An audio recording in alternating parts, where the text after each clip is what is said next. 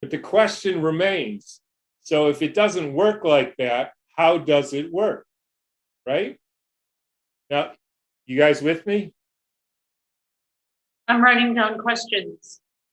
Now, here's where it gets interesting. So again, the contention is we are made of proteins. Living things are made of proteins.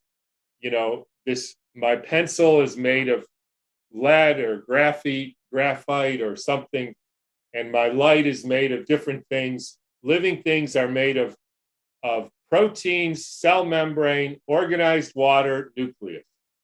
Now, here's another problem.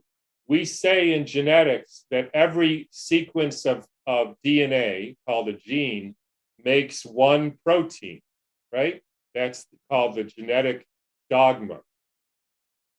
But then we did the Human Genome Project, found about 200,000 proteins and 20,000 genes, and whoops, there's 180,000 proteins that are not made by genes.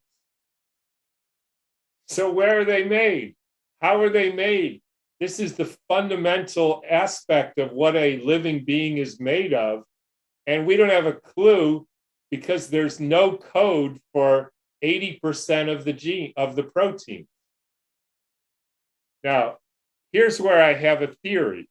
This is not something I can prove, but what I can prove is that the DNA acts like an antenna, and it collects impulses like from light and sound and thoughts and feelings and electromagnetic fields and waves, and it turns them into something called DNA water, which is little bits of highly structured water, which can diffuse out of the nucleus and get made into proteins without any code otherwise in the cytoplasm.